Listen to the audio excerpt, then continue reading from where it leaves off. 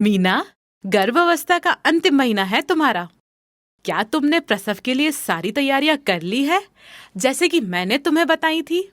दीदी, अपनी तरफ से तो तैयारी कर ली, पर सासू माँ कह रही थी कि इस बार डिलीवरी घर में कराएंगे, अस्पताल नहीं जाएंगे। अरे, ऐसा क्यों?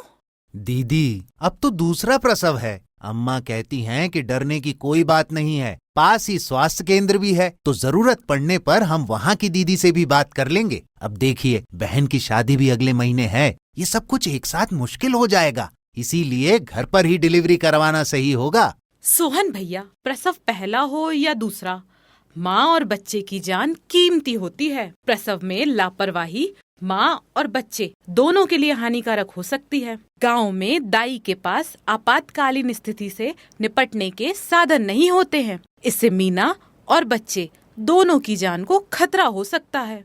दीदी, अम्मा कहती हैं कि अस्पताल में हर किसी को डॉक्टर जल्दी ऑपरेशन कर देते हैं, जिससे माँ को सामान्य होने में लंबा समय लगता है। इतने दिन तक मीना की देखभाल कैसे होगी?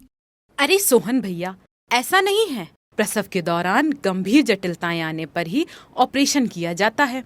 हाँ, ऑपरेशन होने पर सामान्य होने में थोड़ा समय लग जाता है, पर यह समय माँ और बच्चे की जान से अधिक कीमती नहीं होता।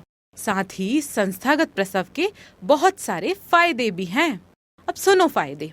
संस्थागत प्रसव के दौरान प्रसव के 48 घंटे तक माँ और बच्चे को किसी भी तरह की समस्या होने पर तुरंत चिकित्सा सेवा उपलब्ध कराई जा सकती है, जो गांव में मिलना संभव नहीं होता।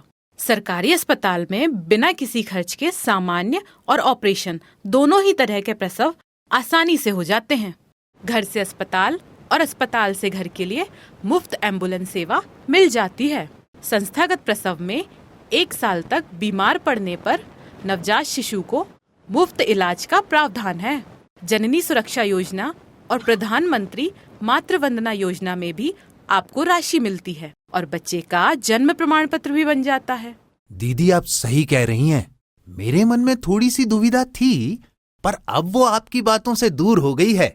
अब मैं अस्पताल में ही प्रसव कराऊंगा और माँ को भी सारी जानकारी बताऊंगा, तो वो भी मान जाएगी।